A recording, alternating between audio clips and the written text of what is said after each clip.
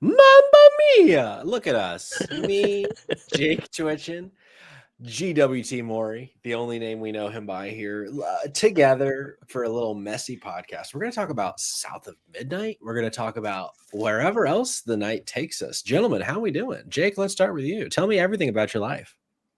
I'm doing so well. I'm fresh off a meatball sub. I'm hanging out with my guys. It's going to be a little unhinged. I am excited to. I think we're pitching this the right way for the first time. This is our first messy podcast, right? Our first official messy podcast. Right, going into it with the intentions of messy podcast. Yeah, I'm hyped. Hype levels off the charts. GWT Maury, how you doing? Dude, I'm good. I had a bartending shift this morning, made some money on a Wednesday morning. We got some alcoholics in Missouri. Whoa. Made some money. My back hurts. My shoulder hurts. I have a sore throat. So like I'm in another like playing field. But I'm excited. I'm ready to talk about some South of Midnight and shoot the shit with the bros. Whoa. High Score Weekly in the chat asks, this is your first messy one? Now listen here, bucko. This is our first official messy one because we're just going to see where the night takes us. But we do have at least one official thing on the docket, and that's South of Midnight. But before we jump into that, to keep the spirit of a messy podcast, not keep it, because it's the first one, to bring the spirit of a messy podcast alive, I want to start with a question. Jake, pre-show, we weren't live. No one heard about this but me and you because Maury wasn't there yet. We were talking about cheeses. You said to me that provolone is probably on your Mount Rushmore of cheeses, but white American wasn't, which begs the question. What is your Mount Rushmore of cheeses? And Maury, get ready because we're coming to you next. I got it. Yeah. He's got it already. Yeah. Jake, walk me through it. Mount Rushmore of cheeses is probably provolone. Okay. Swiss. Not I want to Swiss say lover. Monterey Jack, but I might go Colby Jack just to get like a little bit of extra variety. If you start hyphenating your cheeses, your Mount Rushmore gets a little complicated. Who's putting either of the Jacks in the fucking Mount Rushmore? Oh my God, there's something about it. I eat a lot of like Spanish and Mexican food, and the sharpness, it is so fucking good. It is so good. And like I want too much of it too. Sure. It's really nice. Yeah. And then for my fourth, I have to go Pecorino Romano. Nah, my fucking guy. A lesser man would have said Parmesan right there. Pecorino Romano is like Parmesan's cool dad. I got a block of Pecorino Romano the size of my fucking head in my fridge right now. That shit's so good. Oh boy. So Maury, you said either of the Jacks. You're forgetting Pepper Jack. Does that not count as one of the Jacks to you? I guess it is one of the Jacks, and it's so inconsequential that I forgot it existed. Wow. Yeah, I don't think any of the Jacks are that exciting. I love that Jake loves it, but I'm not there. I would agree with Jake that provolone has to receive a place. I mean, provolone on a sandwich is arguably unbeatable. Yeah. I think I would only allow it to compete with sharp cheddar on a burger. My God, if you've got a sharp cheddar with a little bit of kick in it, I love that fucking shit. That shit gets me turned up. Sure. So I'm gonna put provolone up there. I'm gonna put sharp cheddar up there.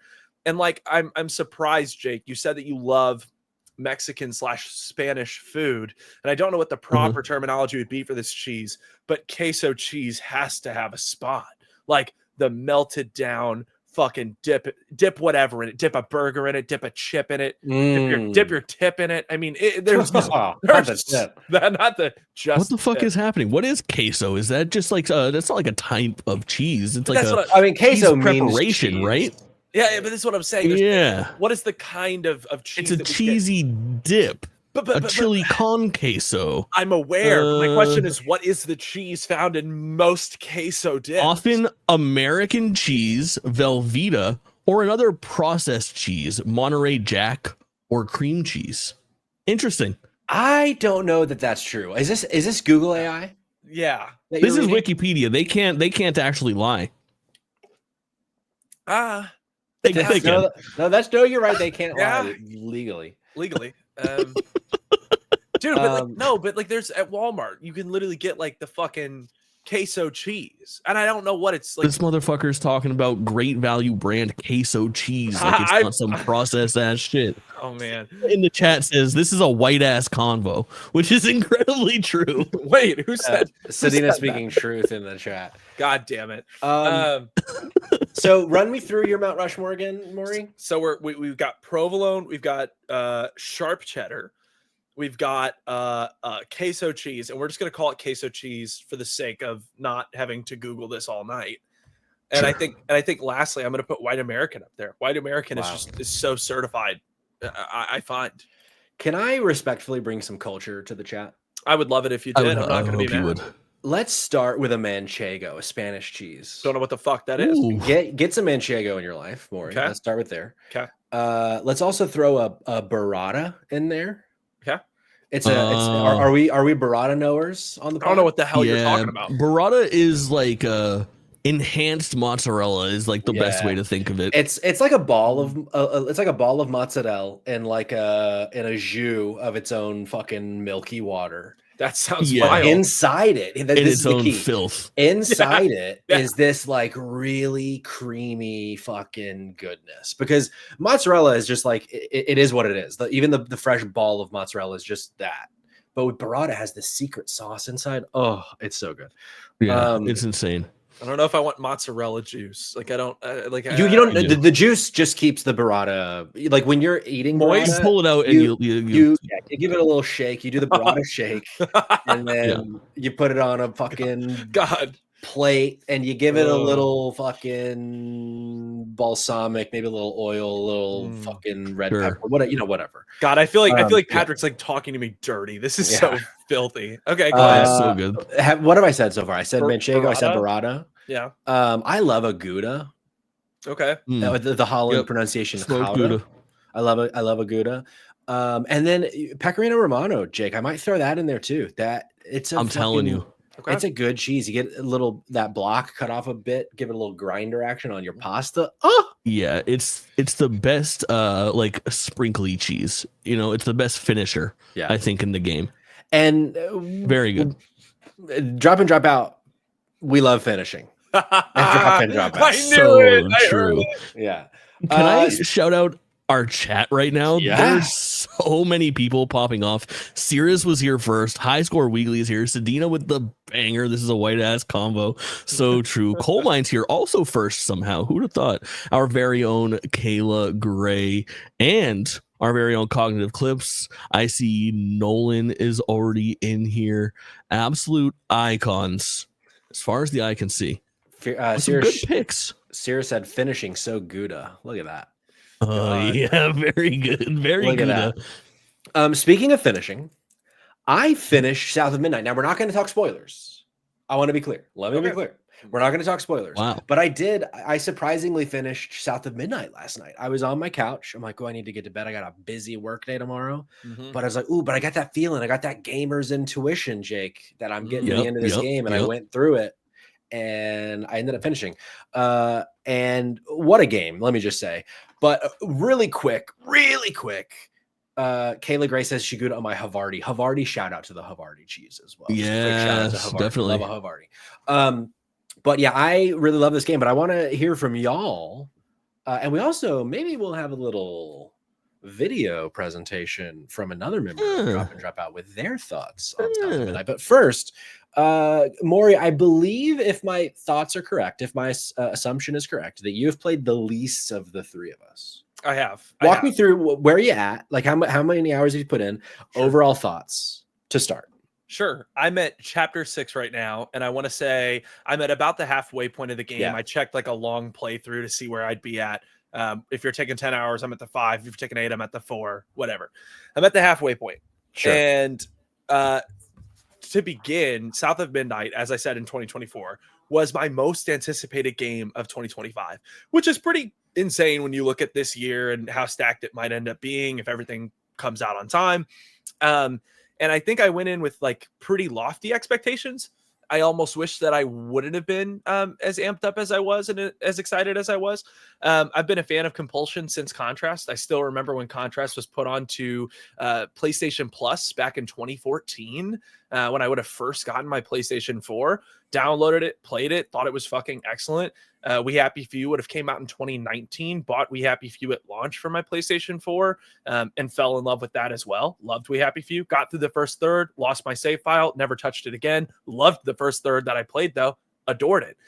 So I enjoy Compulsion a lot, and I really like what they're offering with South of Midnight. So before I get into like my critiques, I want to talk about what I feel it does really, really well. Yeah.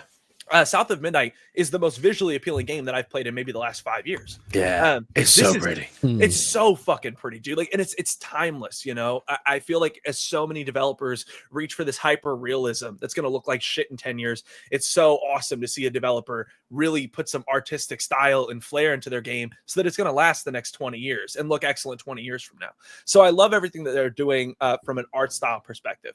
I love the world that they're building. Every time that you look around at South of Midnight, it's baffling. Every single time. Oh my God, it's beautiful. The way that they use the colors. I mean, everything, like the claymation style. It's fucking, it's brilliant. It's exhilarating. Okay. I also love that exploration in this game is so rewarded. Anytime I walked off the beaten path, I get like some goodies so that I can make myself stronger. I can't remember what the little white bubble is called. Floofs. Yes, the floofs.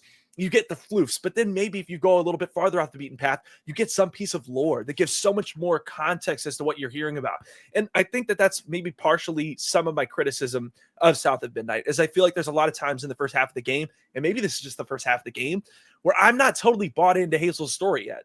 I'm not. Sure. I've hit this halfway point, and I keep waiting to be like, oh yeah, I'm a weaver. I'm fixing all this shit. And there's so much like depth to it because, you know, she's trying to save her mother, and her mother is so clearly a weaver of her own, being a social worker, right? Like tending to the wounds of others and trying to get them back to a healthy place, right? There's a lot of overlap there, but I feel like so many times a lot of the story beats really fall for me. They kind of fall a little flat. The story with like Benji and Rhubarb, like, didn't do enough for me. With Two-Toed Tom, I kept like wanting like, give me a little bit more. And I don't know. I think I'm struggling to get invested into the story. And this is on top of the fact that I feel that the combat like leaves me wanting a lot. Like, sure. And something that, you know, me and Patrick actually talked about off air was that, you know, in the accessibility options, you can skip the combat, which I think is awesome, especially for people that are going to really struggle with it. But the fact that I'm someone who plays Dark Souls games, Soulsborne games, and I don't want to like play this combat is telling. It's not that I can't do it, it's that I don't want to. It feels a little bit repetitive. I feel stuck. It feels a little claustrophobic. It feels a little bit uneventful. It feels a little bit repetitive. So it's hard because what am I asking out of this game? You know, South of Midnight comes in at a $50 price point. So in the ideal world, it's not doing everything perfectly, right? Like look at like something like Hellblade, Senua's Saga 2, right? Is that what it was called? I think it was. Yeah. Hellblade 2, Senua's Saga. Nobody knows because nobody cares about that game. Yeah. Boom. There you go. Jake, thank you. I'm just kidding. No, but I mean, but really, like even with Senua's Saga, right? Hellblade 2, boom. Like you get the audio of that game is amazing, right? Like the story is amazing. The graphics are some of the best you've ever seen, but that combat sucks. That playtime sucks. Like it feels like with these $50 titles that are coming to Game Pass, it feels like they do some things like top of the line, like the best that anyone's doing it in the industry, and then the other things really fall like a middle place. And so I don't know. I think I may have went in a little bit too expecting. But if you're coming here for like a great art style, if you're coming here for like great traversal, if you're coming here for like exploration that rewards you, then I think you're going to be pleased. And maybe as I get farther into this title, I'm going to be more invested in the story. I would love to hear from y'all and tell me your perspective as people who are farther along. Is there a beat where you feel like you're bought into Hazel's journey? Jake, we haven't heard from you yet. Do you want to take that and then share your thoughts too? Yeah, I think Maury might be further than me. Oh, really? Without going into details, I don't know if I'm at the halfway point. Maybe I would expect that I might be about at the same point. I am at a point where I was looking for I don't know, like 7 or 8. I want to say you're farther than me. Maybe 8 or 9. I'm looking for help me out. Something, is it Molly with the yarn? Yeah. Hugging Molly, but. Yeah. Hugging Molly, but I'm off the beaten path now, and I just met somebody that is a now flying beast, and that's kind of what I'm doing right now. Okay, so I'm further than you, Maury. You are. Okay, so I love this. Is such a Jake-ass game in scope, and I'm interested to combat a couple of the things that Maury said, just because like I think exploration in this game is rewarding, but it's rewarding in the way that I like it to be rewarding, where it is like even a step further down than maybe Dragon Age last year was, Veilguard, where I think that had very like rewarding exploration, but it was much more limited than most like games that were so used to these open worlds where you can go so many places and there's just like this here and that there, and it's like I don't know, I don't have time to check out all of this stuff. Whereas this game does really encourage you to like take the wrong turn, because the wrong turn is only going to put you 40 seconds out of the way. You're going to be back onto like the beaten path, which is this game exactly what I want. It's small, it's linear, it is story focused, and for me it hits all the right spots. Like I am so hot on this that unless it overstays its welcome, ends in the next 2 hours, or does something so crazy that like I can't believe that it went to that spot, it's a lock for my current game of the year over Avowed, which Avowed was my running contender for right now. It is such a perfect game to, in the nicest way, turn your brain off in a lot of ways. Like I really dig just kind of going through the motions. I've had a fun time yapping through the combat sections. I know some people are skipping them, but for me, it's just a lot of pressing X and then sometimes Y and dodging around and having a blast. And that's when I'm kind of just like yucking it up with chat. And then when there's a cutscene, I kind of quiet down a little bit. But for me, these little, I don't even know how to like describe them. It's like each one of these things, take a shot every time someone says Southern Gothic folklore during this podcast, but there's these like tall tales, if you will, right? Like each one of these things is like, you'll get a chapter or two are kind of dedicated to this like overarching story, where I guess the premise of this game, I can't imagine that you're now 17 minutes into this podcast and you have no idea what the premise of this game is, but it is all based on like a young woman trying to find her mother and going through the motions as advised by the people around her to recapture the memories of like old folklore tales. Am I onto something here? By refilling her magic bottles from the bottle tree, of course. And each one of those tales that she pursues, to me, has hit in a really big way. And the only ones that I've actually like completed are the first one with Maury, you had their names offhand. I remember Benji and Rhubarb. Yep. Benji and Rhubarb. That sold me so hard. I think that was stronger than Two-Toed Tom.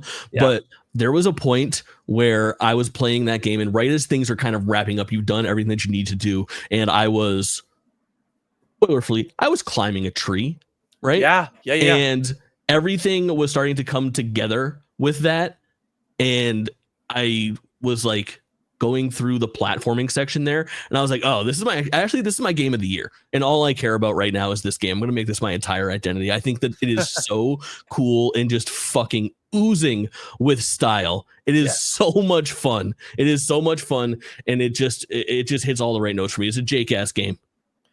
Yeah, there's something about, this might sound dumb, but I feel like this world that they've crafted, everything is like just the right size. Where like anytime, if you look somewhere, like I think I can jump there, you can, and it's like just the exact right distance for you to get there, for you to either grab on the little, like the white fucking ledge or whatever it is. And I feel like, this game, more you said, it feels really rewarding to explore, because even though, there's, like Jake was saying, there's not a lot of places to go in each of these locations, but there's always somewhere else to go than the main path. And you might only get a floof. You might only get like this game tries to do the thing that so many games do these days of having like environmental storytelling with like notes and that kind of thing. Yeah. And that was like kind of one of the things that didn't quite work for me. I found myself skimming those as opposed to like really reading them and like sitting with them. But I wanted to find them because I wanted to see every little bit of the world that they have built, because I think this game at like every turn is so fucking pretty.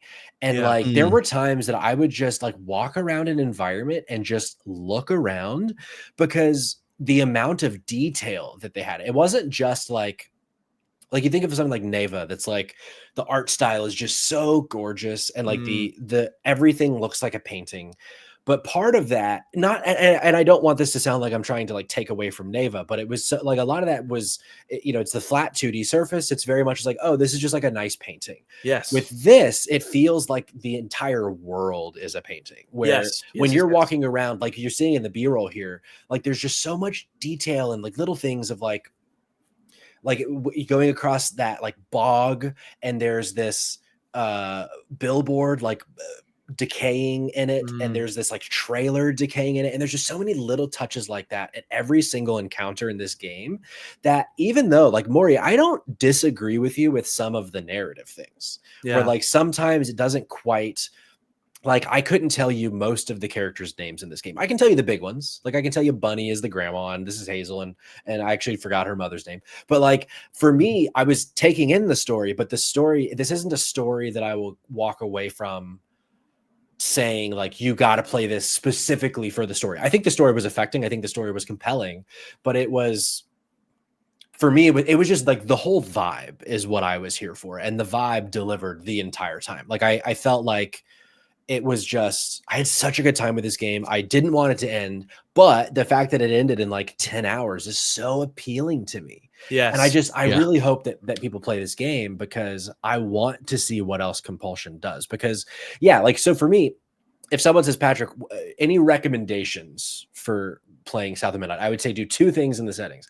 I would say turn off the HUD except for in combat, because you don't need it when you're walking around, and you get to see things a little bit clearer, and turn on the ability to skip combat if you want. And like, I didn't skip every combat arena. I skipped probably like 70% of them, where like there were times where like, you know what, I do want to do this combat segment, or like it feels narratively interesting for me to where I am now. I'm getting rid of all the stigma in this area so that I can get to the end of this little folklore and get the memories back into the bottle tree, and do my justice as the weaver of this time.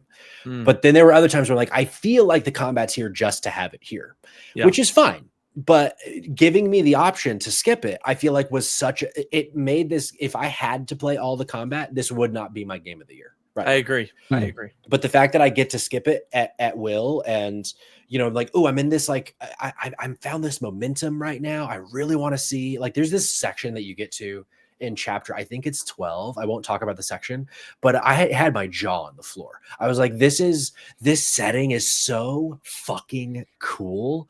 I can't, like, it's just, it scratched that part of my brain, like a Psychonaut says. I see a lot of Psychonauts in this game. Wow. Really cool. Where like the place that they're taking me is just so unique, and something that I've seen bits even in like the Veilguard, is like, spoiling without spoiling, like the main area of the Veilguard is resemblant of this place that you guys will eventually get to, with like things floating and like that kind of thing. But there, it just like, it was one of those things where I was just so in it for the fucking vibe.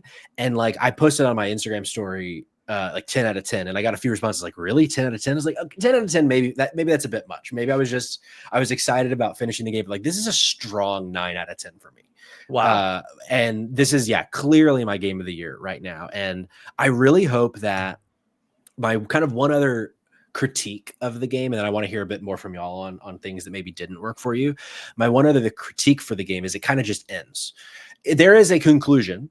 I won't spoil it, obviously, but I was like, oh wow, credits. Holy shit, that happened really fast. And so I hope, and I wonder if we're going to get a little bit more narrative stuff that they release in a few months. I don't think they've said one way or the other if we're going to be getting it. But I really hope that we get another, side story, another Two-Toed Tom type boss to eventually get to in this area, because I just love the style of this game and the heart of this game. But Maury, you were saying some of the critiques. To walk me through a little bit more of that. Sure. Well, as I'm hearing both of you regurgitate your experience with South of Midnight, I'm now remembering thoughts that I wanted to share that I originally didn't. One of those like high moments. I know that you asked me for critiques, and here I am complimenting it. This is a messy podcast. I'm not done complimenting it either. Yeah, come on, Jake. Yeah, fuck this guy. No, so one of the parts that I like adore in this game is the tree moment at the end of the Benji and Rhubarb sort of arc. and the music that plays. Because Jake, you were talking about how great music. it is. How did we not talk about the music? Dude, how did we not? The music. It's the way that like the music in this game, I love that they lyrically tie it in with the narrative. I fucking love that shit. Make no mistake, I love a good like OST that is all symphony and instrumental. I love that shit. But when you give me a piece of music that lyrically plays into what's going on narratively, I'm bought the fuck in. And that moment that I'm climbing the tree at the end of Benji and Rhubarb's sort of arc, and the song playing, it's amazing. They do the same thing later with Two Toed Tom. They do that. There's a bunch of songs throughout the game. Bro, go ahead. And Jake. the best part about it is that it is like building to get to that point too. Yes. So like when you're starting off, you'll hear little parts of it come through, and it's just like you're going through, and it's just like two-toed. Yeah. And then by the end of it, it's just like two-toed Tom. Like it's so fucking good. It's so good. It's so good. It's great. And dude, and that's the other thing that I didn't even fucking reference. And that's that, like, dude, I'm not high on the combat in this game. Holy shit. The one boss fight that I've done so far had me elated. It was whooping my ass. And that's saying something. Sure. I love games centered around boss fights. Again, I'm a FromSoft guy. You know what I mean? Like the fact that I was struggling with it, the fact that like it was so rewarding, like it was so crunchy. Like when you get the dash at the last second, like trying to figure out, okay, this move's about to happen. What am I supposed to do to get out of it? Like all of that was so fucking excellent. I loved it. I love the way that they did it in phases. I thought the boss fight, the one that I've done so far, left me really high. And I thought it was a huge compliment to the combat, despite the lesser enemies feeling less exciting to fight. So the music in this game is nuts. The boss fights are crazy. And I'm going to go now to like my critiques.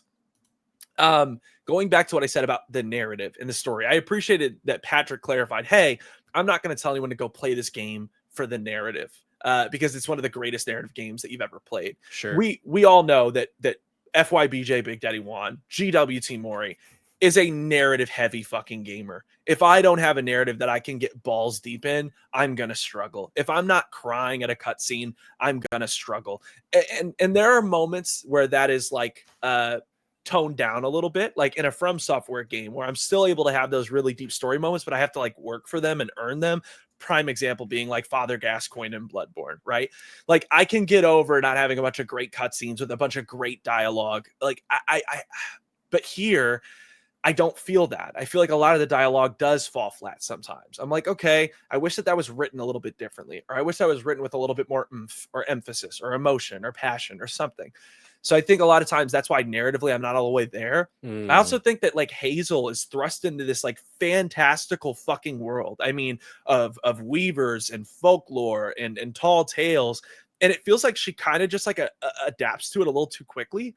Like, and I don't know if that's because there's like, it seems that there's time jumps in between the arcs. Like, it seems like there's a little bit of a brief period because at the end, they'll give you almost like a summary of what goes on in between that point and that point, in between the end of that arc and the beginning of the next arc. But it kind of feels like Hazel adapts really quickly to, I'm a weaver and I'm using magic and I'm fighting fucking folklore that I didn't even know existed 5 minutes ago. And so I'm like, dude, like, show me how you're wrestling with the reality that, like, there's another dimension to this world. Like, you know what I mean? That you're going to have to engage with and interact with to save your mother. Like, give me some more of that. So I think that that's narratively where I struggle. I think I've clarified the combat. I think we've all kind of said it. Like, Jake's like, hey, it's something you can turn your brain off with. I talked to chat in the combat sections. Patrick's like, hey, I didn't play 70% of the combat. And if I had, I don't think this would be my game of the year. I think I'm in the same place that both of you are. I'm either turning my brain off or I'm not doing it at all. So I think that's where I'm at with combat. And I can't remember if I had other criticisms. Did I? Who gives a shit? Jake, glaze it. Hop on it. And I want to do the same thing. Go ahead, Patrick. One other thing I forgot to mention. So Crouton is a character we've not talked about. He's amazing. He's perfect. Crouton. Oh, I love Crouton. I'd fucking die for Crouton. I want a Crouton plushie so fucking badly. Crouton is, I didn't get any Crouton B-roll, but Crouton is this little guy. Think of like Ratchet and Clank, where every now and then there's these like tiny little things that you can throw Crouton into to go unlock a thing for you or whatever. No. And I really want South of Midnight 2 to happen to see what they can do with Crouton.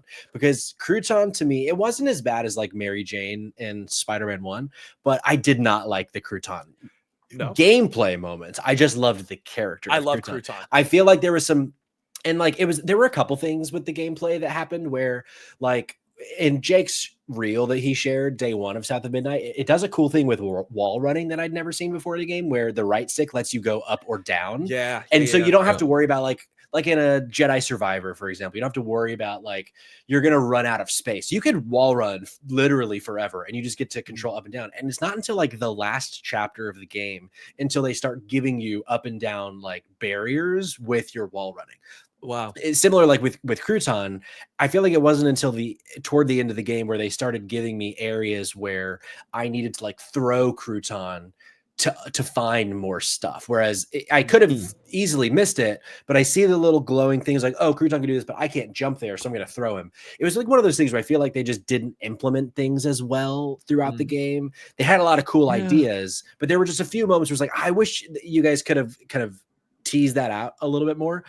But it's the kind of thing where it's like, I didn't take away from my experience. It's that like thing we've talked about with like a Tales of Kenzera's Out. Not that this is their first game, but when you think about, like you were saying more, you think about We Happy Few, you think about Contrast. This is their biggest game, like 10x. Like this is so much bigger than any game that they've made before. So in a way, this is like their first game like this. So I just can't wait to see what their next thing is. But Jake, I just wanted to talk about Crouton before you wax poetic. Well, I'm glad you bring up Crouton, and I want to say just like on that point and on the point of kind of like souring on the combat and even talking about, so I'm very, very hot on like the platforming elements of this game. And for me, like I say very often, there is nothing more satisfying than a double jump in a video game. And this game has a fantastic double jump, and then it adds like the dash and the glide. So you have so many times where you're just like jump, double jump, dash, glide down, and then you're going to hit the trigger to grapple, and the grapple is going to send you absolutely flying to do it all over again. You're wall running and adjusting your height. Like, it is such satisfying movement in this game, but it doesn't reinvent the wheel in any way there either, which is a roundabout way of me getting to this point with Crouton and with the combat and with the platforming and really with like everything that this game has to offer gameplay wise, in that I think that this game does a really good job of being a jack of all trades and a master of none. And I think that in the long run, even though you can criticize for that, it did the right things to achieve its kind of like 8.5 out of 10 Metacritic score or whatever that is kind of grabbing right now. And I think that if it left anything out, it would be criticized for different reasons, where if it didn't have that combat, they'd be like, well, it's basically just a walking simulator. Like, and if you didn't have Crouton in those platforming sections, they'd be like, well, it's just combat and it's kind of boring. I wish they would have had something to spice it up. And I don't think that it does anything like exceptionally crazy, like, oh my God, I can't believe this game went there and did that. But when you have all of this gameplay variety in your video game and it doesn't do anything offensively badly, but it drips in the style that it drips in, I think that this game becomes something to write home about and becomes something special. And that's where I kind of land on it. And like, that's my biggest criticism, is that like, is it the best fighting I've ever done? No. Is it the best platforming I've ever done? No. But do I enjoy a fight? Yeah. Do I have a blast platforming? Hell yeah. Like, do I think Crouton's a perfect little guy? Absolutely. Yeah. I also think, like, well, I still got my glazing hat on, the writing in this game is so fucking good. Like, there are sometimes, like, it is, we haven't talked about the catfish at all. I fucking love the catfish so much. He's like, catfish is introduced really early on. He is a excellent character who's kind of like your guide through the world, and also works as like a traversal tool where you can just hop on his back and go to the next area of the game. But I think what's most he is so cleverly written, and he says some of the funniest shit that is like subtle. Like, I honestly don't know if we will have a better line this year than at one point Hazel gets a new outfit and she walks out to talk to the fucking catfish, and he immediately greets her, goes, "Ooh, fresh new duds. Did you get a promotion at the Piggly Wiggly?" And it's the funniest fucking thing. It's so like, good. You guys know Piggly Wiggly is like a kind of shitty grocery store in the South. Like, it's such a funny little fucking reference to, like, it is just so fucking well done. I can't get over it. And so many games are criticized for their writing these days. So many, like, he's standing right behind me, isn't he? And there's just none of that in this game. Like, it is all done in a pretty tasteful manner. I can't say enough nice things about it. If I'm trying to be a video game critic and explaining to you why I'm going to give it like a 9 instead of a 10, the only thing that I can go back to is that jack of all trades comment. Like, I just don't think that there's a way for me to say like it's perfect. Can I edit that a little bit, Jake? Sure. I feel like it's a jack of all trades and master of a couple. Yeah. Master of some. Master of some. That's better for the line. Yeah. It's with the visuals, the vibe, the music, especially like that. I feel like that's where I will be so shocked if a game can beat that for me this year. Like if this game, Sirius in the chat earlier was saying, like if this doesn't get best soundtrack or best whatever it is, best score in whatever game awards later, I will be like, oh great, I can't wait to play that game then, because this game, it excels in those two places especially. And also, I really love the I don't know, maybe I've gotten out of any of those corners of the internet, thankfully, but I've not seen people with their fucking torches about this game that were playing as a half black woman. Like I love that, but it's like, okay, great. You guys aren't freaking out about that. I love this perspective. I love that. I can't think of, I'm sure they're out there, but I feel like they're not as loud as they normally are. And I take that as a win. Because they can't be, because like the reality is that like this is always the dilemma, right? The dilemma is you say that a game is going to be shitty because it has someone who's not a white guy in it, and then if it scores well, you were fucking wrong, right? And that's all it is. And then these motherfuckers go back into their hole and wait for the next game with like a character that isn't a white guy to come up, and then they talk about that game until it comes out and gets an 8 or a 9. But reloading the Sweet Baby Inc. homepage for the next game to appear on it, so they can go have new targets. That's been my favorite thing, bro. I've seen people just people like in my circles, not on the other side, tweeting out like "Congrats to Sweet Baby Ray on their work in South of Midnight." Baby Rays. Did I say Sweet Baby Rays? You did. Jesus fuck. Who did you mean? Sweet Baby Incorporated. Oh. Sweet Baby Inc. Oh my god. Sweet Baby Race. I was thinking of fucking Patrick, you know Sweet Baby Inc? I do. I'm familiar. Okay. Yeah. But do you know Sweet Baby Ray? Sweet Baby Ray's. I do. It's some good barbecue sauce, motherfucker. Have you guys ever seen the supercut clip of Mark Zuckerberg just saying Sweet Baby Ray's in a bunch of different? Oh yeah. Oh yeah. That fucking freak. Mr. The Human Plays says with combat being iffy, it feels like this game should have just been a chill platform with minor combat sequences / puzzles and boss fights. I don't disagree. I think for this, I feel like it falls into that thing of like, sometimes I wonder if games do what they think people will like versus their vision. Because like I was saying earlier, I feel like even if you think the combat is fine, you can tell that they are packing it in for time, where like especially in like chapter 8 or 9, it's like there's like oh I have to do 5. So the way that it works, there's these like stigma blobs around in an area.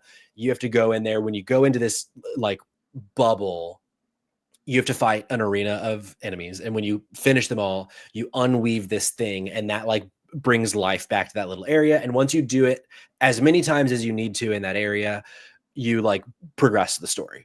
And so there are times where it's like, did we really need 5 of these? Did we really need 4 of these in this area? So it's like, I feel like they add in a few of them there, but yeah, I feel like it could have been, but then I feel like that's part of the accessibility feature too, of like, if this doesn't work for you, whether it can't or it doesn't, like if you can't do it, or it just doesn't work for you, other ways, then I think that really, like, I strongly recommend, if you are concerned about the combat being a deal breaker for you, but you're interested, like Breaks to the first time chatter in the chat was saying that they are really loving everything but the combat. And so like you turn that feature on, this game is going to be an all-timer for you, because it's going to really elevate it that way. I want to bring in, I should have done this earlier, but I want to bring in, we had a little recording from one Kayla Gray, who was in the chat. I don't know that she's still in the chat. I want to bring that in real fast and get her thoughts on South. Welcome to my insert, as I cannot be here, unfortunately, for this lovely, messy podcast with you all. I'm sure you've heard my wonderful colleagues here already gush about South of Midnight, unless they let me go first. If they did, thank you so much. How kind. I am so hot on this game. I've only played a couple of hours, so I'm definitely not ready for a full spoiler cast, though I hope some of you are. I would love to hear your spoiler-free thoughts since I'm not done. But I am loving everything about this. So starting with the animation, which I'm sure you've seen a lot about, but truly the playing with this type of animation, it just feels so fluid. And it's got that like stop motion kind of feel, but also it looks, I couldn't help but think while I'm playing as these characters or playing as this character and seeing this environment as Arcane, and I would be Jericho would kill me if I didn't at least mention that here, but I think there's a lot of similarities to that, which I find really cool. I don't know any of the history behind like if any of this was hand drawn, but it wouldn't surprise me if it was.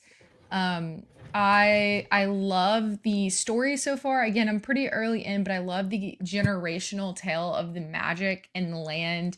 And I'm from the South, so not from Louisiana, but I love the deep history and lore of the Bayou and this family and following our female biracial main character. Obviously, that's fantastic to see these stories that don't get told very often at all in video games, especially of this size and caliber and this hype that it has received. I love that so much. I think that's so awesome. The music is top tier. The soundtrack, I feel so immersed in the story. The UI and the narration, anytime like a screen pops up, I'm not like irritated that the screen has popped up. I feel happy and excited to see what sort of what the narrator is going to say. I think that's so cool. And I can't help but also being the resident Disney fan, talk about how much it reminds me and makes me happy to see like it reminds me of Princess and the Frog. I love that so much. And the gameplay is just really fun. The combat feels really good to me. I haven't really had any issues. 10 out of 10. Potential game of the year runner. 10 out of 10, she says. Kayla, I have a few follow-up questions. But she did say something that really that I hadn't mentioned yet, maybe a little bit, but that like the southernness of it. There were times I was playing this game because as I've said, I live in the South, so I live in Atlanta. Like Kayla, not in the Bayou, but I live in Atlanta. I've been to New Orleans before a few different times, and there is this like familiarity in this game with the sounds, like with the cicadas and like the birds and stuff. Where like there were times where it's like, is that me or is that the game? Like I can't tell if that's outside my door or if that's. And it was really fucking cool. I was like, oh, this is like a really nice. Like I didn't expect to have this like warm feeling from this game as like because it's a setting that doesn't get a lot of telling with like within video games, stuff like that. So that was really cool. Yeah. It is like oddly cozy in some ways. Like it's a little weird. It does. Kayla mentioned Disney, and it kind of reminds me of like even some of like those older Disney movies that were like, oh, that's a cool story and slightly unsettling. Like there's just a weird like aura about it. I think it's fucking awesome. I agree. It's so awesome. Something else is like I love, when you think about like America, right? We don't really have folklore outside of the South, at least not to my understanding. I've never been on the West Coast and heard the folklore of rah rah rah. Living in Missouri, which is we're Midwest. Like we don't have fucking folklore. We don't have Two-Toed Tom. Sure. We don't have Huggin' fucking Molly.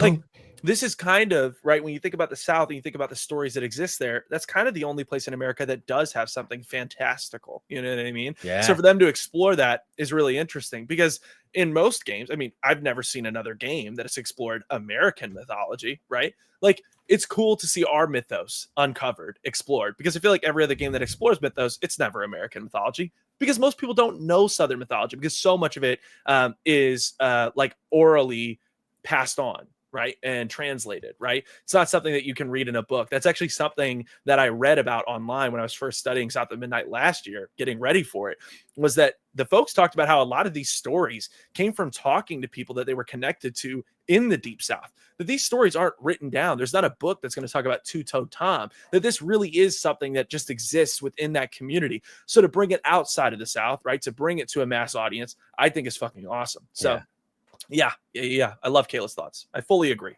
Hell yeah. Any other final thoughts before we maybe move on to some other games we've been playing? You've made me excited. Both of you made me excited. I'm excited to jump back in. Hell yeah. He was my brother. Benji's name. He saw things different. So fucking good. These days I don't ever have time to play through a game a second time, but I just like want to be in this world more. I might at least like start it up again and see. I don't think there's a new game plus, but I just want to hear these songs again. I want to run around this world again. So definitely go play South of Midnight. I'm sure we will be talking about it through the year here on Drop In, Drop Out. But I have also been playing another somewhat new game. Yeah. Can I hijack the messy podcast? Can I make it messy a little bit here? Mess it up, Daddy. Okay. I need you to go to our private server in the general chat. Yeah, I see it. And pull that thumbnail if you can display that while I reveal something that is also very important. So I want you to watch here. I was going to do this. Maury, sit down. Sit the fuck down, Maury. Maury, sit down. Can I share right now? I'll wait till Maury comes back. Well, you can share that, yeah, and then I'll show you guys the other reveal. There's two things here. So I'm showing you the jamboree. Yeah. Okay, great. I didn't want to fuck your fucking vibe here. No. You can reveal that. Why? Oh, it didn't work. Wait. Oh, there it is. Wait. Oh, it's doing the thing. There we go. That's okay. Hey, look at us go. The Halo Jamboree is live, baby. You can contribute your points. If you've never done this before, I wanted to explain to everybody how this works. This is a Twitch exclusive thing where basically what you're going to do is put in your channel points, which for the meantime, we're calling them drops.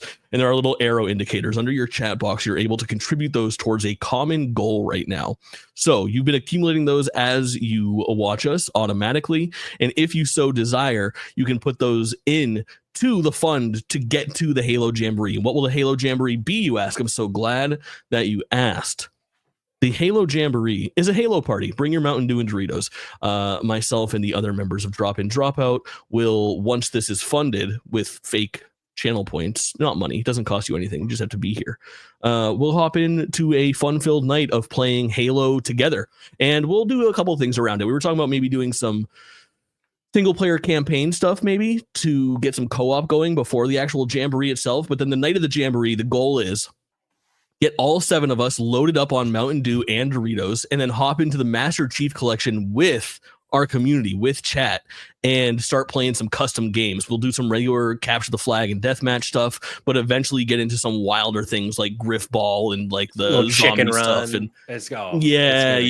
The whole 9 yards. So as you come through, every time you have the opportunity to put in up to 2,000 points. I think it's 120,000 or 125,000 points to make it all happen. And if you're listening to the audio version of this, there's a fun thumbnail that you can find in our public Discord after this show that will give you an idea. And let me tell you, it is my best work ever. And if you look closely, if you want a little secret, and I didn't ask Kayla about this, I just went for it. If you look at the Halo Jamboree and you go to like put in points, you'll see that there's like a little red icon, and I cropped Kayla's Guilty Spark. It's like I think I called it like the Kayla Spark. Oh yeah. Made it. There it is. I made it its own little emoji, and then I animated it, and once it's approved through Twitch, we're going to have that as a permanent emoji. Yes. And it's her in the Guilty Spark rotating around constantly, just a full spin. It's so fucking funny. That is so funny. It's so fucking good. So the Kayla Spark is coming. I think, do we need Simple Mori Cortana as a emote too? Mori Cortana is very good as well. Some of my better work. I really liked, I made you the prophet of like the prophet of truth or whatever the fuck it's called. And you sitting there, but holding all the Doritos now is so fucking funny to me. It's like the more you look at this image, the more fucking cursed it is. We don't know what Cog just did with that face. I don't know that we want to know. Correct. The Cogmeter. It's like the Arbiter with Cog. Oh yeah. And then Cayman is the flood, and his head is all crooked off to the side. With his green lips. Yep. Jerica is our Master Chief, of course, hiding in there. I'm just the grunt, just a little guy. Sure. It is pretty good. The Prophet of Flavor is so funny, Cog. Prophet of Flavor is very good. I really need an animated thing of Jake as a grunt with that tiny little guy with that big fucking head just like running around. Why the fuck am I Cortana? So we've named you Simple Mori Cortana. Actually, I look horrifying. It's so cursed. Correct. It's so deeply Oh my cursed. fucking And god! yeah, as Breaks2 says, the more you look, the more details you can find. Yeah. No. It might be my finest work yet. I think it is my passion project, of course. Go ahead, Maury. Lore drop. I have a picture with the guy who voices Master Chief. Yeah. I have a signature from him and from the woman who voices Cortana. Wow. Like signed images that I had. Double kill. Fatality. Now Very that's not the guy that voices Master Chief, but like Sure. you know, Jake. Oh, that's right. I heard what I wanted to hear. You did. You don't listen, and that's okay. I don't. To you especially. No, because fuck me.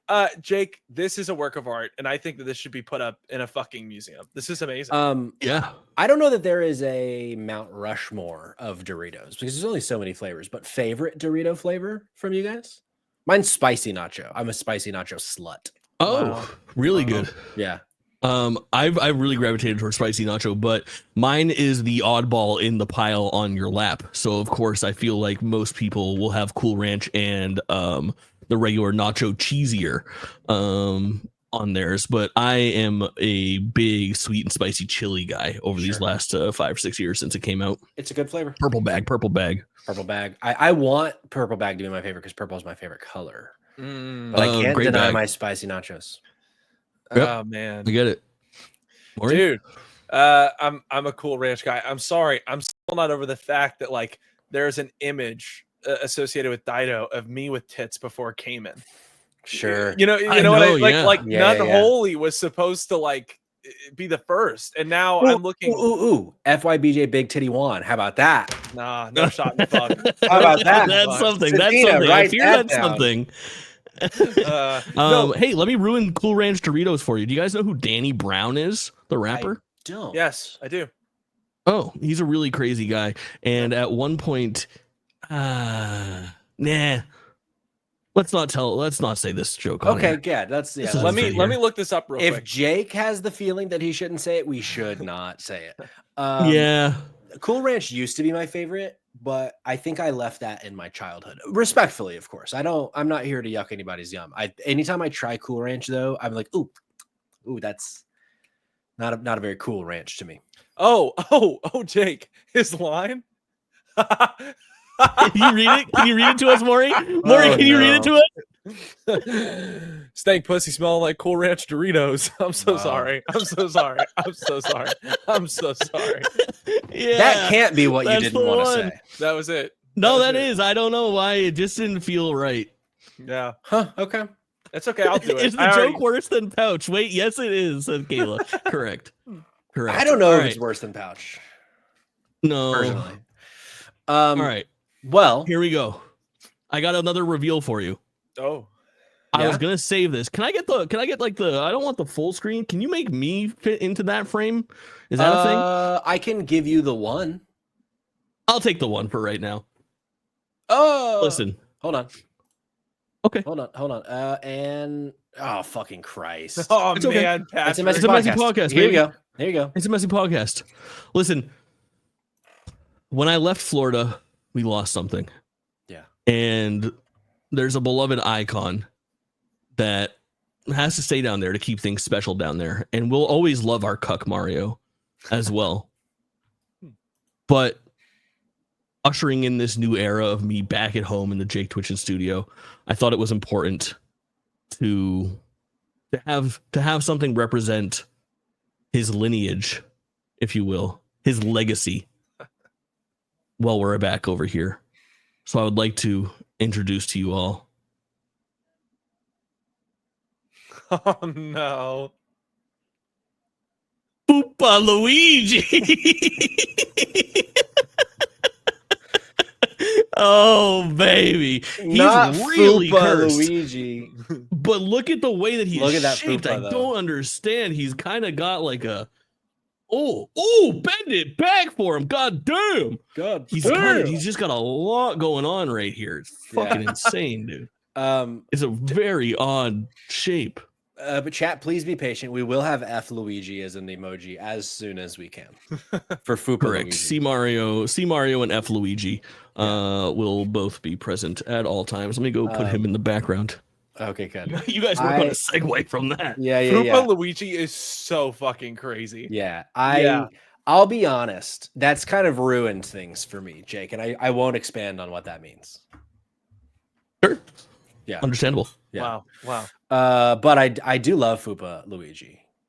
A shout out to the Fupa, can we just say? Amen, brothers. Yeah. All right. So speaking of Fupas, I've been playing Atomfall.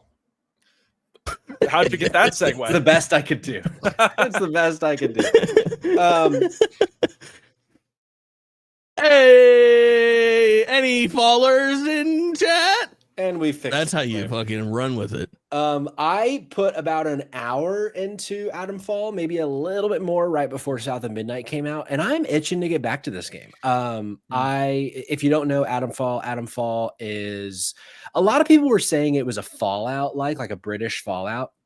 I see the comparison, but when you're playing it, I think it kind of loses that vibe. I don't know what I would compare it to, but I don't think it would be Fallout.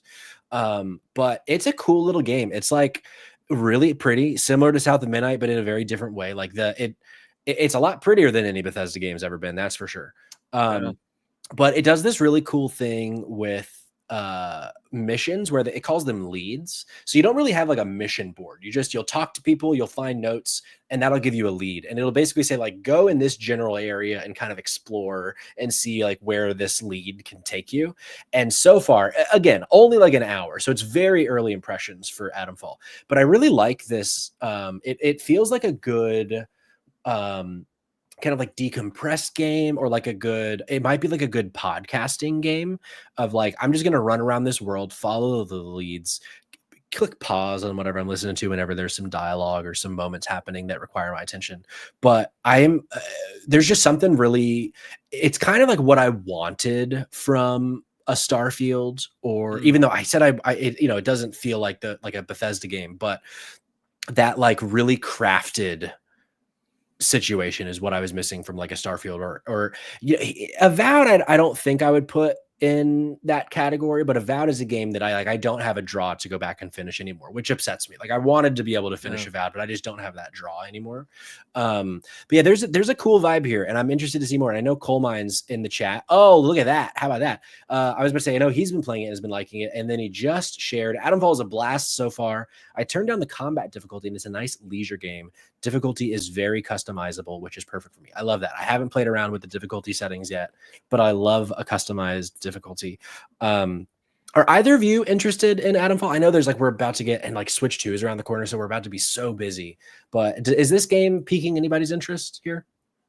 Man, when you were talking about reading the notes in South of Midnight, I was already ready to tell you that I've been note free since 2003, man. I'm not reading shit in video games. So this maybe not every time I see like a big thing of notes or like dialogue or like written text, if you can't afford voiceover, I'm not reading it.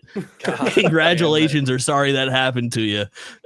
Sure. That's just who I am as a gamer. But I don't know. When you say that, I'm being obviously like,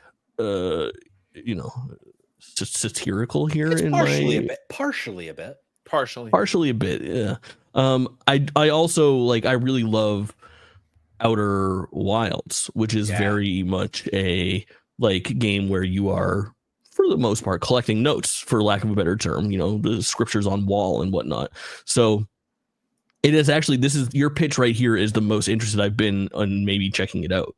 Yeah. So no, I haven't played it, but it just jumped up on my radar. Here's a question that I want to hear whether you're interested, Maury. How often these days, Jake, are you playing a game like this on stream? I feel like the answer is never. Sorry, I meant to say off stream if I said on stream. Off stream? Dude, my off stream gaming habits have been crazy. My off stream games are like Fortnite, Apex Legends, League of Legends, fucking Balatro sometimes, Marble Rivals. Yeah. Why do we not play? All of the trash that I'm too embarrassed to consume on stream. So, because the reason I was asking is I feel like this game might potentially be better off stream for you, just so that you can actually like focus on things. But it doesn't sound like a game you would play off stream. This sounds like a game you would only play on stream. Is that an apt guess? Probably only on stream, but I don't know. I'm trying to get better at that. Maybe I need some games for myself as well. That's a fucking whole podcast in itself. Is like gaming habits outside of like content creation when gaming is your job too. It's completely broken the way I play video games. Like Cayman rips my chain all the time about never finishing games anymore, but it's because of the podcast. It's like, oh, I gotta do the next thing because like as much as I want to finish Assassin's Creed Shadows, the one thing that our audience doesn't care about right now is what I think about Assassin's Creed Shadows, because we've already done a shit ton of content about it. And like the next time that they should hear about that is end of the year if it's on our Game of the Year consideration. Like I can't be like, oh yeah, by the way, I'm a few more hours in Assassin's Creed Shadows, and my thoughts are a little different. But like there's so much more of that game left.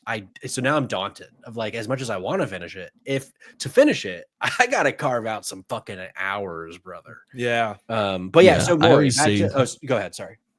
I was gonna say, I always say on my channel, everything's a full playthrough until it's not. I go in with the intentions of like, yeah, we'll just play through this entire game, and it's like, okay, Jake, you started fucking Xenoblade Chronicles X and Assassin's Creed Shadows in the first fucking week that they came out. They're gonna full play through both of those 100-hour games.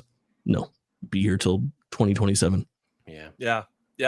I before I get to Adamfall, I agree. So when I was streaming, which I'm now doing the shows on Dido solely, Dido and Spotlight. Check us out Tuesday nights. It's a good fucking time. Great fucking episode, by the way, Tuesday night, Jakey. Well done. Oh, baby. It was great. I especially like the part where you pretended to be Mickey Mouse and said you wanted to fuck my ass. That happened? Oh. I wasn't there for that. Oh, well, Mickey Mouse is a recurring bit here in the drop-in, drop-out universe. Oh, this is horrifying. Maury, you haven't heard my Mickey Mouse impression? Oh, boy. No. Oh, it's pretty good. No, it's amazing. Okay, well, it's just something I've been working on, and I was wondering if you wouldn't mind sticking your finger inside of your little asshole to loosen it up for me before I fuck it. What the fuck? Yeah, it's bad. It's really bad. Yo, now me and Jake have to do a full stream of a game where I'm Gollum and he's fucking Mickey. Yeah, Will has an anal fixation too. Sorry about that. I'll jump in from time to time as either Jar Jar Binks or Goofy. Yeah, dude. Let's get the Jar. Let's get the Jar Jar. Let's get the Jar Jar real quick. Can we get the one on Patrick for Jar Jar? Everybody, I don't even get the one on. Listen, this is a messy podcast. Everybody, lock the fuck in. Can we have a conversation as Jar Jar, Mickey Mouse, and Gollum right now? Yes, we can. Yes, we can. All right, chat. Give us a topic to talk about. Chat, rattle off some topics. I think we can just talk about Adamfall. I think. I'm sorry, I'm warming up. Yep. So juicy, sweet. That's close. It's close. It's not there. It's not quite there yet. You sound like some fucking freaks. There you go. Yeah, it's better. It's better. Very good. Misa, you're so crazy. I fucking love that shit. That sounds like an adult game. I like kids games. You know, the ones where you hold your asshole open. Why is it gotta be an asshole? You gotta have it's very important to feature assholes in your game. If you're not having something in your asshole, then I remember you're not gonna be having enough fun here on our show. God damn it, Jake. One of the scariest things is when we're actively recording and our Dido text chat, I see a clip come through from Kayla. It's always so scary whenever Kayla texts the group a clip from a Twitch stream. Now, if it wasn't so intimate, I would do a rendition of Mickey digging in Gollum, but I just don't think that that's going to pass Twitch TOS. No. There's just no shot. They'll actually make a new category for not allowing. Only one way to find out. Jake, you ready? I'm kidding. Oh, dude, I'm not ready. I did not like that grunt. Whoa, I was ready for it.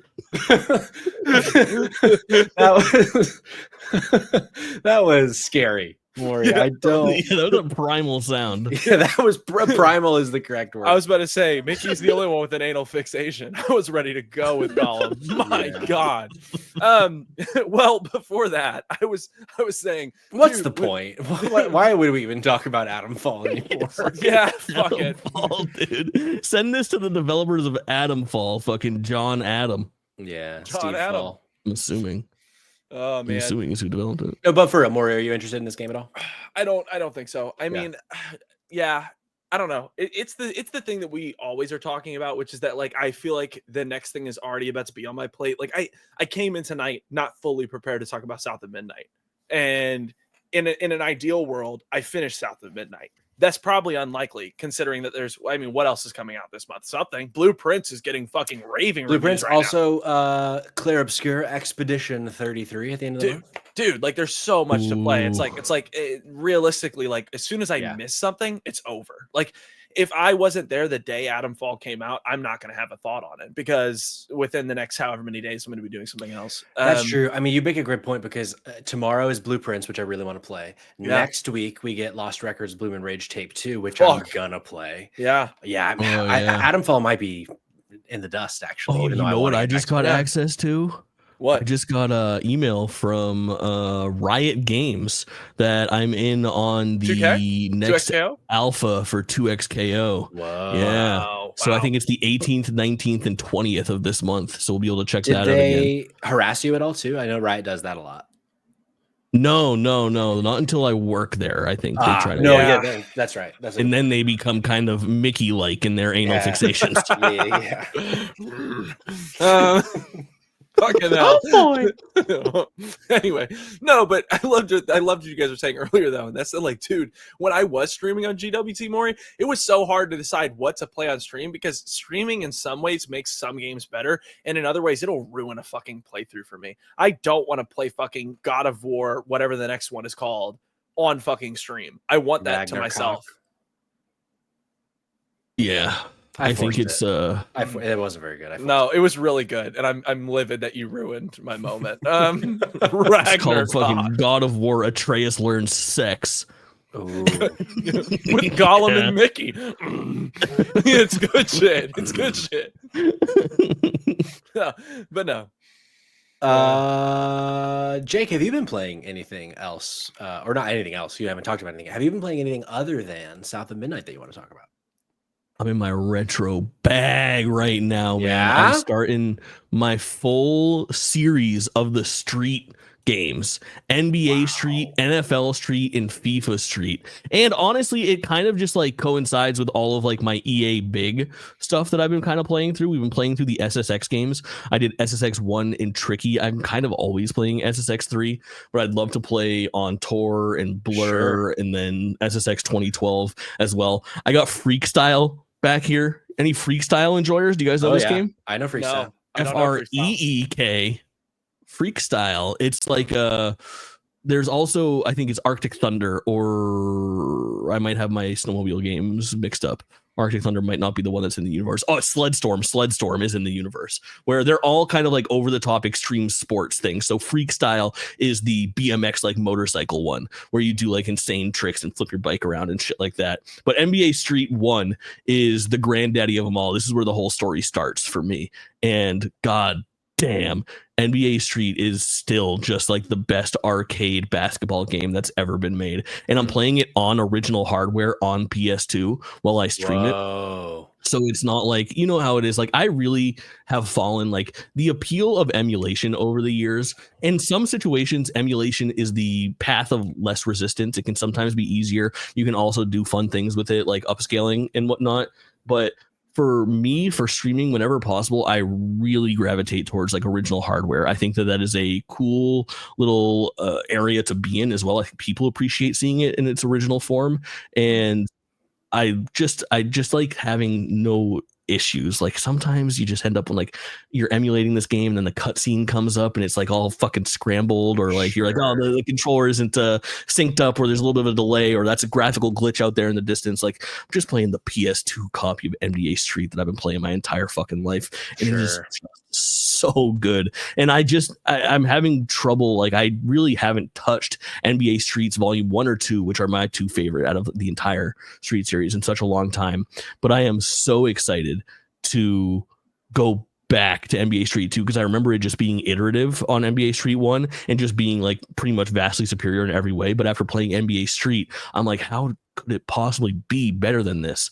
What a fucking incredible fumble to not have those games still being like made today. Correct. It must be a licensing thing or something. Like there's no way that it's like Squanky in the chat saying the downfall of EA Big / NFL Blitz is one of our greatest failures as a nation. The amount of people that scream for these games to come back, there's no way. I mean, I know EA kind of can fucking suck, but like the best we've gotten is a half-ass mode in FIFA or in EA Sports FC, excuse me, that is FIFA Street adjacent, but it's not. It feels the same as FIFA, just like a little bit differently. It doesn't have that like over the top. Are you not adding NHL hits to that repertoire, Jake? NHL hits is more with NFL Blitz and Red Card, if you know that one, and MLB Slugfest. Those are like the old Midway arcade games, which I really do love. That's fair, but they're a little bit they're outside of like that EA area as well. What about I think that there's a world for them. Is the Bigs EA, the baseball one, not the one that you just the Bigs is a completely separate thing. I want to say the Bigs might have been Activision. The Bigs is also really good, but there's those like extreme sports games just don't really fucking exist anymore. And there was like one last hurrah for some of those as well that kind of failed. Like there was a point where there was a game called NFL Tour for like the Xbox 360 Live Arcade. It was like a $15 or $20 game that was kind of like the area between Blitz and Madden that sort of just fucking failed. Sure. Unfortunately, it was 2K that made the Bigs, come to find out. Okay. Pretty crazy. But I will say the dream is alive. There is a studio called Play by Play Studios, a brand new studio. Their first game they're working on right now is a game called The Run: Got Next, which is a fucking terrible name. Horrible. A spiritual successor to NBA Street. 3-on-3 cell shaded graphics, slated for 2025. Feels like a game that is a shoo-in to pop up at like Keeley's next event, which I think just got like solidified. It's like June 6th or 8th or something like that. Like one of those indie games that has mass appeal that he could get in a second and they'd be just so happy to be there. This is one to watch out for. There's like a CGI trailer that's out. It's like a minute and a half and then some screenshots, but this just looks like the NBA Street Volume 4 that we deserved, basically. Run got next. It looks really cool. I wonder if that's a game that somebody should be adding on Fantasy Critic. Ooh, interesting. Wishlist now, coming 2025. It has a page on Steam that you can check out, and it's coming to consoles as well. It's like confirmed for Series S, X, and PlayStation 5. How about that? Also, Ryan Selvey in the chat says, "Wait, VIP? How were you under the influence when we gave you VIP last time, and we just never took it away? I guess." Thanks for being here, Ryan. Jake, do you think now would be a good time to talk a little bit about Fantasy Critic, or do we think we should save that for the pod, the proper pod? Ooh, I kind of feel like maybe we should save it. Question. I think we should save it. I would even go as far as to say if we don't do it on the pod proper, we should do it next time we get 4 or more of us on a messy pod. Oh, like, sure. Well, listen, we're trying to do this more often. We like these little like impromptu get-togethers. Like this isn't that different than the normal podcast. I think it's a little looser in its structure, but I don't know. Anything fucking goes here. I think somewhere in between this and like our tier list stream last week is the answer. Yeah, I want to pitch having a messy podcast where I try to do some trades live with people.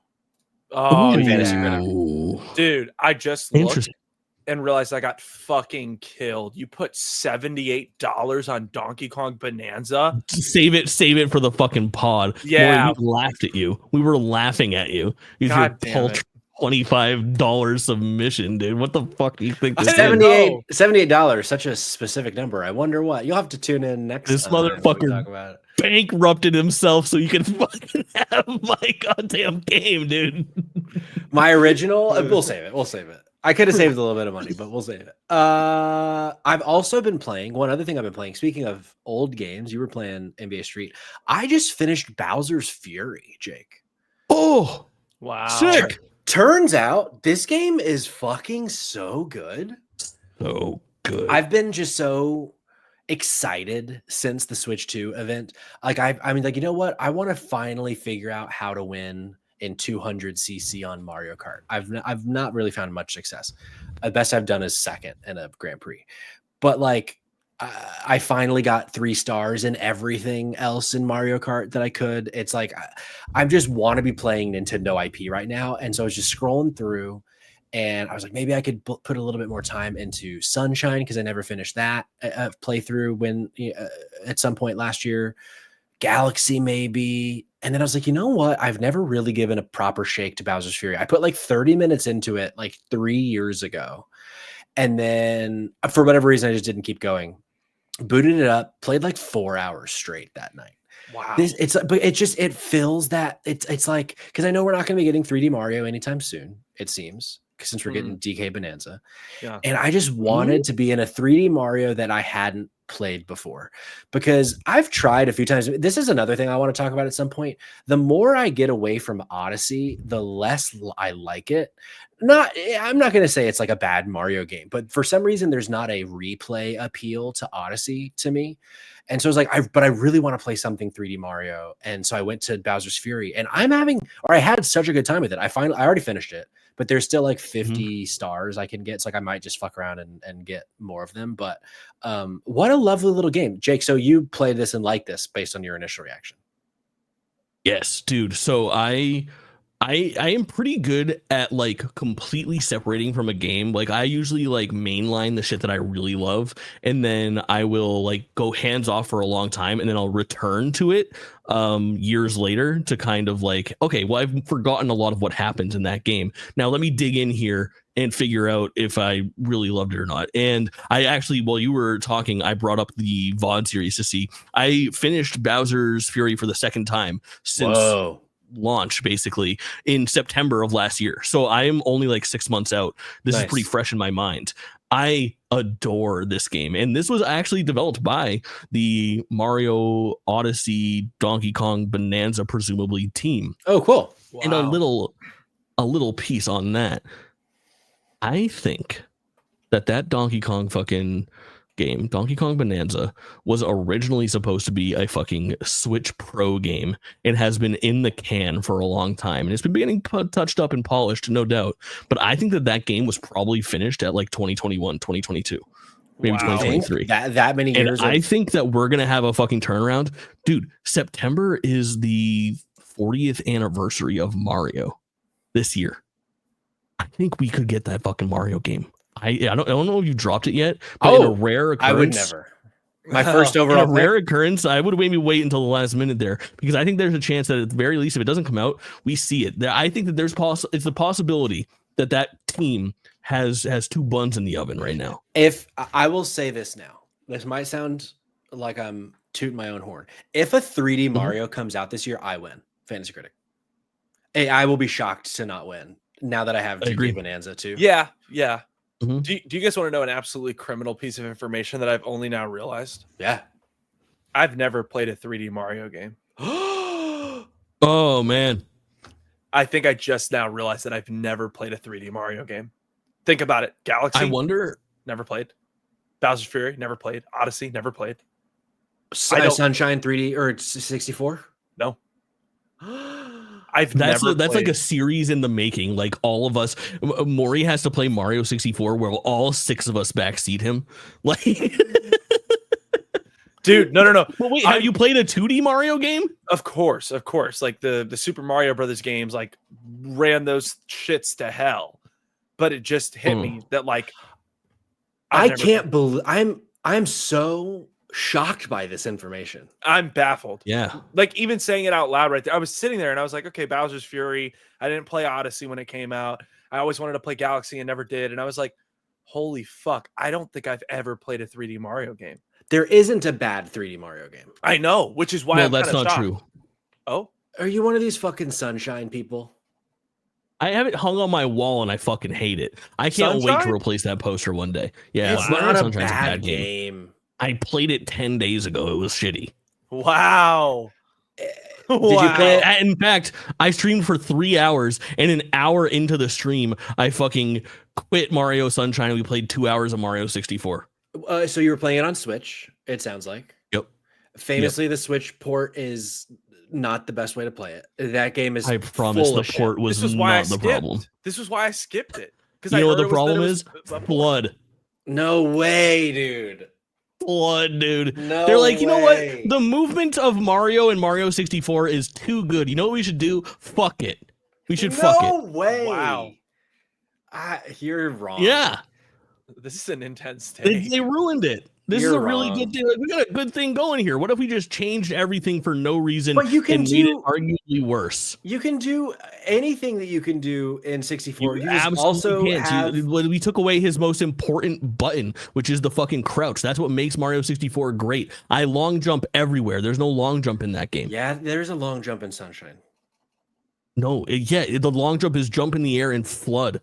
No, it's not. There is a long jump in Sunshine. I promise you. How do you do it? I fucking L and A.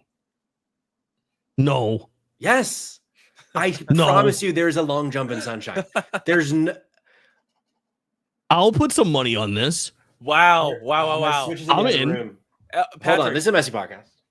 Mine is too. Mine's right here. Hold on. We can do this. These guys, bro. These fucking guys. I just want to say this right now. I don't have my Switch. I sold it because I thought I was going to buy the Switch 2. No, I don't have it. I sold it in hopes I'd get the Switch 2. But with Trump's tariffs, I won't be getting it. Folks, I have no horse in this race. I don't know what the fuck these nerds are talking about. Long jump? I don't know what the fuck these nerds are talking about. Jump off a fucking bridge, Maury. Maury, get your fucking Switch. I don't have one. I wish we were on OBS. I could fucking pull it up and be showing it right now. I sold mine. Because I knew this was with modern technology. We can do anything. This is amazing. I have no horse. Oh, I've got a fucking horse. All right, a horse cock. My question right now, Ragnar cock. My question right now is, Patrick, do you put Donkey Kong Bonanza on there being a long jump in Mario Sunshine? Do you give it over to Jake? If it's not there? Oh, no, absolutely not. Oh, wow. Yeah. So guess what? Guess what, Jake? He doesn't know what the fuck he's talking about. I think there's no long jump. I'm pretty sure there's no long jump. I'm hold on. I might be wrong. It's definitely not L because L gives you flood. Kayla is It so should funny. be R. Kayla writes in the chat, you should play things on original hardware, Jake. 3 seconds later, play Sunshine's on Switch. It's a first party port. No. Okay, so it seems like there is not a long jump, but naughty. But there is a different version of it. Let's see if I can get this to happen. So you can run. You do a fucking twirl jump. No. So you can do that, which in ways is faster. It's like a dive. Wait, what is that? The dive isn't a fucking long jump. The dive already exists in Mario 64. We had dive. Look at that. That was a long jump right there. That sucks. Look at that. No, that's boring. Look at that. I can do that anywhere. Look how long that jump is. That long jump is giving. It's giving. It's giving Jake's horse cock. It's giving a horse cock, no doubt. It's giving horse cock. Listen, so I just think Mario 64 was fucking perfect. And the problem is that I was so gamer pilled already back in the day. All right, you fucking losers. I was so Nintendo powered out of my mind that after Mario 64, I was hyped up for Mario 128. Before Luigi's Mansion, before we knew what was coming, I was watching videos of Mario 128 at Space World, baby. Whoa. You even know what I'm talking about? I do. Maury thinks I'm living on a different fucking planet. Yeah. Back Nintendo used to have like a thing that was kind of like an E3 presser, but it was only Nintendo, and they would have it was called Space World, and Space World was like the opportunity where they would come out on stage and fucking show off like, here's the new stuff that's coming out for our next Project Dolphin, and they would show off like early GameCube games, and they did a lot of bait and switches in this era. They showed off like a Zelda demo that was like hyper realistic, and then they gave us Wind Waker, and then they showed off Mario 128, which was just a straight up sequel to Mario 64 with like the same movement but improved graphics and new levels, and that ended up being fucking Mario Sunshine, where the flood was strapped to your back. And they made right on Zelda, and eventually after Wind Waker gave us Twilight Princess, which felt more like the traditional thing that they showed off, but we never got that equivalent for Mario 128. We only got Sunshine, and then we got to Galaxy, and Galaxy's fucking rad. God, Galaxy and Maury. Oh, I know. I always wanted Galaxy. Okay, so I always wanted to play Galaxy when I was a kid because my buddy owned it. And then I just never did. I sold my Wii off. Like somebody sold my Wii off. I didn't fucking sell my Wii off. You what your Wii off? Like to jack your Wii off. Yeah. Ragnarok. But I sold it and then I guess you would have had Bowser's Fury, which I had a 2DS, but I just ended up not doing it because my 2DS was really my Fire Emblem Awakening machine. Mario 3D Land. Yeah, that was 3D Land was on. What was Bowser's Fury on? Switch. It was with Super Mario 3D World, which is a port of the Wii U game. From the Wii U. Yeah. Got it. Well, regardless, none of these have been played, which is really criminal. So what I would suggest, I agree with High School Weekly in the chat. I think you just start with Galaxy. I don't think you start with 64 or Sunshine. Because like Sunshine is the weakest, but I don't think it's a bad game. I think it's still such a fun fucking game. Sure. But I would start with Galaxy. You don't have a Switch, so we couldn't do that. But wait, do they not have Galaxy? Is Galaxy on the Switch? It is, but you wouldn't be able to easily get a copy of it. It's on this. It's like $100. It's not digital. It's on the fucking 3D Super Mario 3D All Stars, which is. You got the fucking Zelda. Yeah. You got that Zelda Joy-Con set. Oh yeah, what's popping there? I got the. Is that the Tears of the Kingdom Special Edition console? OLED, yeah, baby. Nice. I'm holding this. This is what I got for you. I got Let me see this. Can I control Arch and this? Chops. We do read chat, but it depends on what you say. Oh, we read chat if it's fucking good. We don't read every single just kidding. But can you see my Zelda things? I'm gonna go grab them because they're in a really cool thing. This is not sponsored. But yeah, it's hard to get your hands on Galaxy unless you already own the 3D All Stars. Sure. And how much does it cost now? Because they don't sell it digitally, it's going to be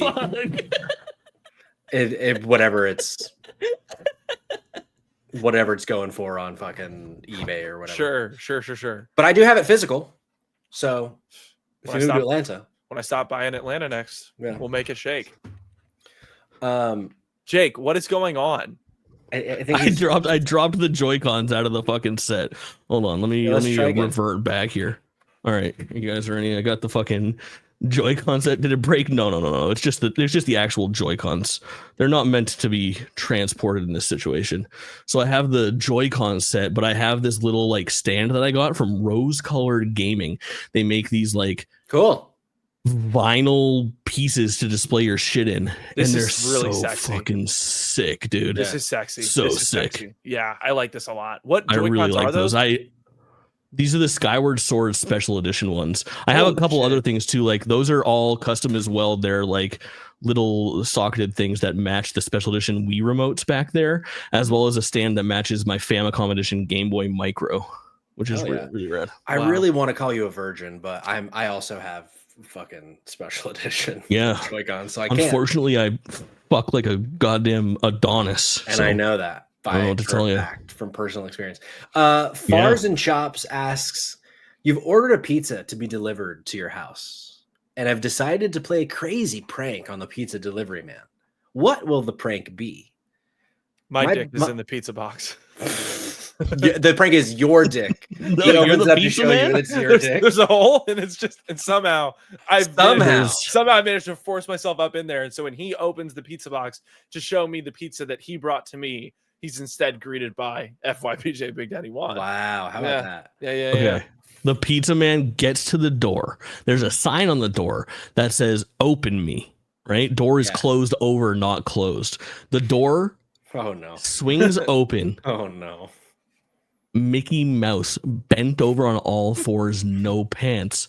Oh, Pizza Man, thanks for being here. I guess you can do whatever the fuck you want to me. I wouldn't judge you for anything you wanted to do. If you wanted to just take my little asshole, you could just walk right up and fuck it. I wouldn't judge you at all. Sorry. And that was the last time Fars and Chops was in our chat. Right. I mean, the classic Mario on all fours prank is a good one, Jake. It's not Mario, it's Mickey, but it's almost. Yeah, sorry. Yeah. Either way. No, thank you very much. I'm so Patrick, you didn't tell us your prank. Yeah, so my prank, I think it would be similar to that Jake. Uh-huh. I think I would have like a little stand-in or standee of me that like looks like he's kind of coming to the door, so that like, they think they're there, but I'm in a bush next to the door, and I come out and I fucking stab the guy. Wow, that's nice. That's take the pizza. TOS. So my prank is murder. Yeah, that's gotta violate TOS. Yeah. I mean, free pizza, pizza with a murder. Chat's really impressed with your Mario Freudian slip about how you want to butt fuck Mario. Oh, yeah, right. Mamma mia! Mamma mia! No. Yo, the ow wow wow wow wow is so crazy. That's the sound he makes when I'm penetrating him. Yeah, right. Anything else? Any other games we've been playing? Kayla had some games. Oh yeah, Kayla has some games. Wait, is me saying that I'm gonna murder a fake pizza guy breaking TOS? It can't be, right? And there's no shot. I mean, with all that's been said on this podcast, there's no way that's the thing. I feel like it's nothing that we have said is TOS. Okay, we're not like play Grand Theft Auto and then not be able to joke about killing a fictional fucking pizza guy. Yeah, right. Believe me, I know TOS inside out because I am fucking playing it. I'm playing it fast and loose around here these days. But if you give 5 subs right now, I'll take 3 shots of tequila. Now that's breaking TOS, right? Correct. That is a TOS violation. Let's go. I also have Cora, which I've been playing, and this has been amazing too. It also just came out. It just came out on April 1st, and it's by Don't Nod, actually, who developed some of the Life is Strange games. And this art style is really unique. It looks like hand painted. I don't know the history behind this, but it's like an adventure puzzle, story rich game that does have some gameplay elements, but I would equate this more to like if you're a fan of visual novels more. It's very sweet. You're following this kid and they find a dog that is lost in the woods, and you're both trying to like find your way home. I get scared of animal games because I don't want death and destruction to happen and hurt me. But so far it seemed fine. And there are some cool like musical elements in the game, which is always a bonus when you have like a unique gameplay loop. But there is that. So you're using like musical tones to attract different animals and solve different riddles. And couldn't recommend this enough. So those are my 2 indie game spotlights plus my South Midnight thoughts. Miss you guys. We haven't seen one of them, so that I broke the timeline there. But that was your thoughts. Any Koira interested in chat in the pod? That actually looks really, really solid. I'll play the shit out of that. I'll take a jab. I actually am pretty hot on Don't Nod. I do love making fun of Banisher's New Eden, though. I good relationship with Don't Nod before I make this joke. They sponsored me for fucking Jusant. They fucking ignored me when it came to Lost Records, Bloom and Rage. But I do like to say Don't Nod, more like don't nod off while you're trying to play their new video games. Yeah. Pretty good. Yeah, nailed the delivery too. Yeah, that's very good. Very, very, very good. Let's listen to her thoughts on one other indie game called Spilled. Okay, and then you guys only put this here if this makes sense. But I have to talk about these indie games I've been loving too, because I haven't had the chance to yet, because JK Games is on pause, which I'm so happy that clicker rate's happening. But I will say that I've been loving this game called Spilled. It is a really cute indie game that is only $5 that just came out from the developer Lenti. Basically, you're cleaning up ocean waste, and it's very like casual, very wholesome, very relaxing. And you can upgrade your boat to like do more things and like navigate the waters, all that fun stuff. Amazing. That sounds like a little dumpster dive situation. Oh, $5? Yes. Yeah, that looks really nice for 5 fucking smackaroos. Ryan Selvey in the chat played this. He says Kayla has the best taste. She does have great taste. Kayla, are you in the chat? Can I call you? Are you busy? Let me know. Because excellent question. You should just call her. I should just call her. You're right. Yeah. Right. Yeah. You're right. Hold on. That's the best way to do things. Oh, please. And it's very important you say, hello, you're live on Drop In, Drop Out podcast. Oh, this isn't the first time I've called someone live on air. Hey, no one's listening. It's just you and I. Spotlight knowers have listened to many a conversation with my mother on Spotlight Games. I've called her a few times on the pod. All right. Nice. Here we go. Call. Speaker. Very good. We got audio. Hello. Hey, Kayla, you're live on Drop In, Drop Out. Can I talk to you? Oh God, I'm scared. Don't be scared. It's fine. We have a new chatter, Fars and Chops, and Fars and Chops sent in a question, and then we shared some of your thoughts. And he said, "I wonder how she would answer the question." So the question is, God. I would get a no. Hold on, we got to share his answer too, or their answer. I don't want to gender them. You've ordered a pizza to be delivered to your house and have decided to play a crazy prank on the pizza delivery man. What will the prank be, Kayla? Oh, okay. I think we turn off all the lights in the whole house. Okay. And maybe we come from behind the house and we make clicker sounds. And then we eat the pizza and the person's face. Let's go. Clickerbait every Monday on twitch.tv/JakedGames podcast. Promo. Use the code Clickerbait on LangleyTFarm.com for tea. Hell yeah. Thank you, Kayla. If you think of any other thoughts, feel free to call me back. I'll answer. Okay. Tell her not to read the chat if she comes back. Tell her not to read the chat. Jake says don't read the chat if you come back to the chat. Oh God. Okay, I now have to. Yeah. Okay. Great. Oh, right. Hi, Kayla. We love you. Bye. She said it. She said she loves this too. Well, there you go. So Kayla, on my side here of committing a crime as a prank, eating their face. Just for the sake of it, let's also read their answer. They say, actually, I shouldn't pull it up until I've read it. I would get a friend to hide behind the bushes, and while the pizza man is talking to me, the friend comes out and steals the pizza man's car. We are criminals. I mean, I was about to say, for sure. You guys forgot that my dick mysteriously appears in the pizza box. That's a crime too. Also a crime. Right. Not a criminal. Mickey Mouse holding it open. I think that still counts as a crime. I mean, that has to be public indecency to some extent, I'd assume. It's my domicile. He shouldn't have entered. Yeah, this is valid. We're gonna let something be our guiding key for King Mickey. Is it our heart or is it something else? No. Okay. Well, any other thoughts on anybody's minds? Should we go home? Should we wrap it up? We can go home. I could do this like every other night for the rest of my life. Just kind of get on here and loosely talk about video games and random shit. It is so fun. Would you be interested in getting off here? Oh, I would definitely. Well, especially the in secret front of is earlier I stepped off cam briefly. Yeah, you did. and I finished. Well, I had a great time. I hope you did too. We're gonna do this more often. How often? TBD. But tomorrow night, Jake, GWT Mori, Kayla, who was just on via the phone, myself as producer, we're going to be pitching our games that we think should be games. Jake, you pitch it. It's your topic. We are having a episode called "How Is This Not a Game Yet?" And the idea is basically you come to me. I'm your big wig executive at the video game company. I'm Johnny EA. All right. And you've got an idea for a game based on existing IP. It could be something that's never been a game before. It could be something that doesn't have the right game yet. It could be something that had a game a long time ago, but you want to bring back. The examples that I give are adaptions of things that are like abundantly missing in the game universe. Like, how is there not a Hunger Games battle royale? How is there not a Disney's Aladdin game that plays like Prince of Persia, right? In like modern times.